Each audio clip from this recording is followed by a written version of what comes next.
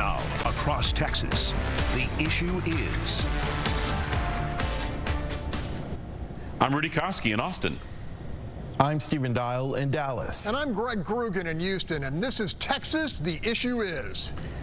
Governor Greg Abbott's border security action, known as Operation Lone Star, is now entering its third year. Texas National Guard members and state troopers continue to go through deployment cycles, and costs have now exceeded $2 billion. A growing number of people under the Capitol Dome here in Austin are wondering how this mission can continue as is. HB 20 was filed in an attempt to answer that question. The legislation drafted by State Representative Matt Schaefer would reorganize the mission by creating a new state border guard unit. The Republican from Tyler spoke to me about his plan. Right now, the primary workforce, when you look at the just sheer quantity, comes from the Texas National Guard. Those are temporary workers.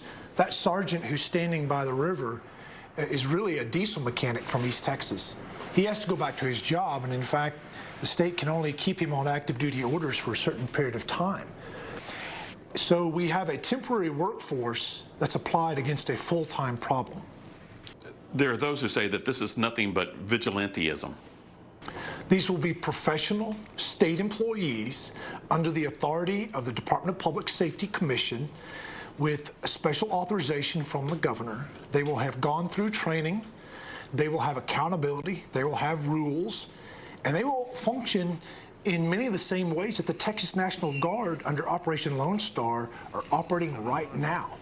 Will they be able to use deadly force? So our officers are going to be able to protect themselves and have self-defense, but any type of use of force would only be done with the governor's authority. How do you envision these encounters? Will they use handcuffs, tasers? The Border Protection Unit officers will have the authority to do what they need to do to protect Texas at the river. Will they be able to shoot back?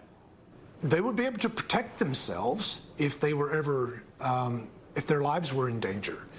But the primary thing that we want to do is create a deterrent at the river so that people will come into Texas the right way. Will this guard be trained like DPS troopers, or are they going to be like the border volunteers, the ranchers who are out patrolling? There will be no volunteers that are involved here. The Border Protection Unit will be a mixture of licensed peace officers and then individuals who've been trained and qualified to be part of the Border Protection Unit who will have limited arresting authority from the governor, exactly the way the Texas National Guard has now. How large of a force could this be? The goal is a gradual buildup of the Border Protection Unit, and hopefully then the Texas National Guard can decrease in number so that it begins to balance out. Courts have said the border is the federal government's responsibility. Isn't this overreaching? Certainly, the other side will challenge this in court. And in some ways, we're in uncharted territory.